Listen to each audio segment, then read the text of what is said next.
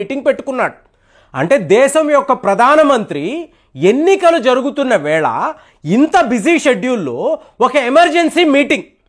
ఏమిటి ఇది అంటే మీకు ప్రిన్సిపల్ సెక్రటరీ ఆఫ్ ప్రధానమంత్రి, అలాగే హోమ్ సెక్రటరీ, మీకు ఇండియన్ మెట్రలాజికల్ డిపార్ట్మెంట్కి సంబంధించిన అధికారులు, అలాగే నేషనల్ డిజాస్టర్ మేనేజ్మెంట్ అథారిటీ వాళ్ళు, సో ఈ డిపార్ట్మెంట్కి సంబంధించిన అధికారులు వీళ్ళందరూ ఏంటంటే ఒక మీటింగ్లో కూర్చొని ఉన్నారు. సో మోదీ గారు అడుగుతున్నారు, మీ రిపోర్ట్ ఏంటి, మీ రిపోర్ట్ ఏంటి, మీ రిపోర్ట్ ఏమిటండి? రిపోర్ట్ హీట్ వేవ్స్ అండి. ఇంతకుముందు భారతదేశము ఎప్పుడూ చూడని హీట్ వేవ్స్ని ప్రస్తుతం మనం చూస్తున్నాం. మొన్నటికి మొన్న తెలంగాణలో నల్గొండలో ఆల్మోస్ట్ 44 డిగ్రీ సెంటిగ్రేడ్. అంటే మే నెల రాబోతున్న ఎండలు మీరు ఏప్రిల్ మొదటి వారంలోనే చూస్తున్నారు. ఆంధ్రప్రదేశ్లో నంద్యాల ఏకంగా 45 డిగ్రీల సెంటిగ్రేడ్ ఎండలు. ఏమిటిది? 45 డిగ్రీస్ అంటే జస్ట్ ఇమాజిన్ అండి. ఏప్రిల్లో జస్ట్ మీకు 5 డేస్ బ్యాక్ వచ్చిన రిపోర్ట్ చెప్తున్నాను. అంటే ఇది ఎంత అబ్నార్మల్ సిచ్యువేషన్ అంటే మీకు యునైటెడ్ నేషన్స్ వాళ్ళు ఒక రిపోర్ట్ విడుదల చేశారు. ముఖ్యంగా ఇక్కడ ఈస్ట్ ఏషియా అండ్ పసిఫిక్ దేశాలు. సో వీళ్ళు ఈ దేశాలకు ఏం చెప్పారంటే 24 కోట్ల మంది పిల్లలు మీ దేశాల్లో ఉన్నారు, ఇక్కడేంటి భారత్ను కూడా కలిపి. కాబట్టి వీళ్ళ విషయములో జాగ్రత్తగా ఉండండి. ఇలాంటి ఉక్కపోత, ఇంత వేడి ఇంతకు ముందు మనం ఎప్పుడూ కూడా చూడలేదు.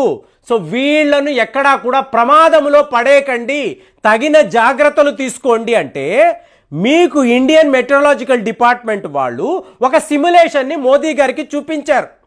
అంటే మీకు అక్కడ ఎలా ఉంది అంటే రెడ్ కలర్లో భారత్ యొక్క మ్యాప్ ఉందండి. రెడ్ కలర్ అంటే ఏంటి? మీకు రెడ్ అలర్ట్ అన్నమాట. ఇలాంటి వేడి ఇంతకు ముందు మనం ఎప్పుడు చూడలేదండి. కాబట్టి ఎండల నుంచి మనల్ని మనం కాపాడుకోవాలి. ఏంటి? ఎలక్షన్స్ రాబోతున్నాయి. మీకు ఆంధ్రప్రదేశ్లో మే నెల 13వ తారీఖు. యు జస్ట్ ఇమాజిన్ అండి ఆ వేడి ఎలా ఉంటుంది, తట్టుకోలేరు.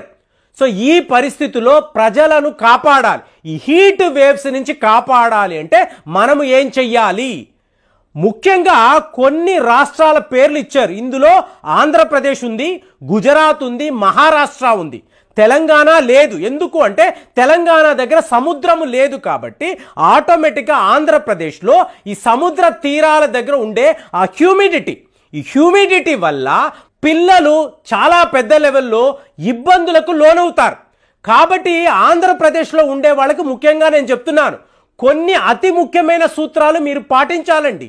ఒకవేళ అంటే ముఖ్యంగా గర్భిణీ స్త్రీలు అలాగే పిల్లలు, మీరు హాస్పిటల్కి వెళ్ళారు, చెకప్కి వెళ్ళారు, మళ్ళీ మీరు మీ ఇంటికి వస్తున్నారు, విపరీతమైన వేడి తట్టుకోలేకపోతున్నారు, రావడము చల్లగా మనము ఇలాగ మంచినీళ్ళు తాగితే బాగుంటుంది కదా అని చెప్పి ఇమీడియట్గా మీరు ఫ్రిడ్జ్ని ఓపెన్ చేసి ఆ చల్ల నీళ్లు తాగారు అనుకోండి, అక్కడికక్కడ మీరు కళ్ళు తిరిగి పడిపోయే అవకాశం ఉంటుందండి. మీకు సన్ స్ట్రోక్ కూడా తగలొచ్చు. ఎందుకంటే అంత వేడిలో మీ బ్రెయిన్ హీటప్ అయిపోయి ఉంటుంది. సడన్గా మీరు ఫ్రిడ్జ్ నీళ్లు తాగారు అనుకోండి, మీరు కొలాప్స్ అయిపోయే అవకాశాలు 100% ఉంటాయని చెప్పి వైద్య నిపుణులు చెప్తున్నారు.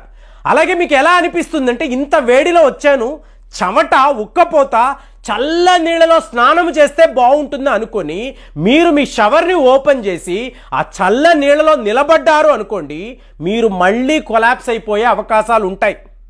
అంటే మీరు చల్ల నీళ్ళని మీ కాళ్ళ మీద పోసుకున్నా కూడా ఇది ప్రమాదం అండి, గుర్తుపెట్టుకోండి. అంటే మరి ఏం చెయ్యాలి? మీరు ఎండ నుంచి ఇంట్లోకి వచ్చారు, ప్రశాంతంగా కూర్చోవాలి, మీ చెమటంతా తుడుచుకోవాలి. ఒక 10 నిమిషాల పాటు మీరు ఏమీ చెయ్యకూడదు. అంటే మీ బాడీ టెంపరేచర్ని కంట్రోల్ చేసుకున్న తరువాత ఎండ నుంచి నేను నీడలోకి వచ్చాను, ఇప్పుడు నేను ప్రశాంతంగా ఉన్నాను, ఒక 10 నిమిషాలు దాటింది, ఇప్పుడు చల్లగా నేను మజ్జిగ తాగితే బాగుంటుంది. ఇలాంటి నిర్ణయం మీరు కాదండి, గర్భిణీ స్త్రీలు మాత్రమే కాదు, పిల్లలకు కూడా మీరు చల్లని మజ్జిగ ఇవ్వాలండి. సో ఇలాంటి మార్పులు తెచ్చుకున్నప్పుడే ఈ హీట్ వేవ్స్ నుంచి మిమ్మల్ని మీరు కాపాడుకోగలరు. ఇంకొక అతి ముఖ్యమైన విషయం, ఫ్రిడ్జ్లో ఫ్రీజర్లో చల్లగా కూల్ డ్రింక్స్ పెట్టుకుంటారు. సో ఎండ నుంచి వచ్చిన వెంటనే ఈ కూల్ డ్రింక్స్ తాగాలి అని చాలామంది అనుకుంటూ ఉంటారు.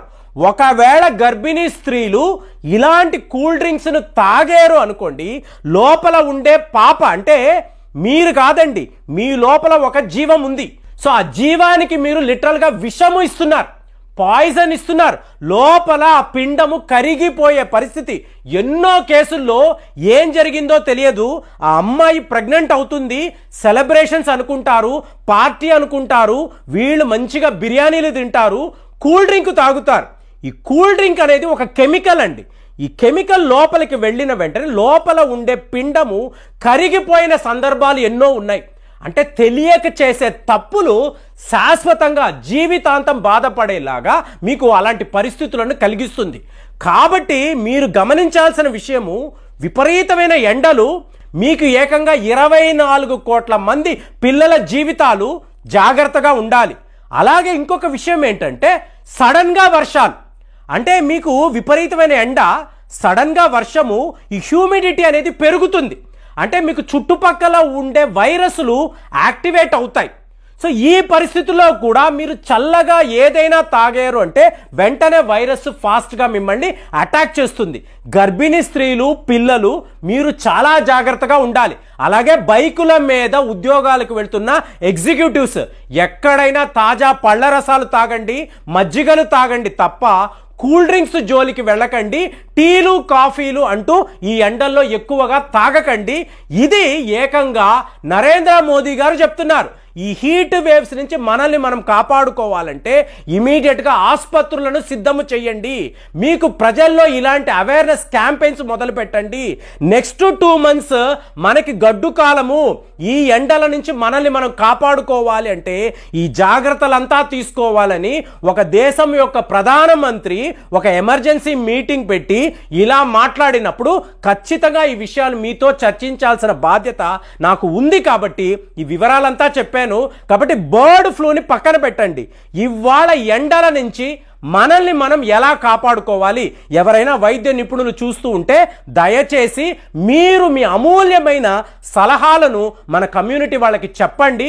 ఈ విధంగా మీరు ఎంతో పుణ్యము చేసిన వాళ్ళు అవుతారు. దయచేసి ఆ పని మాత్రం మీరు చేస్తారని నేను పరిపూర్ణంగా ఎదురు చూస్తున్నాను.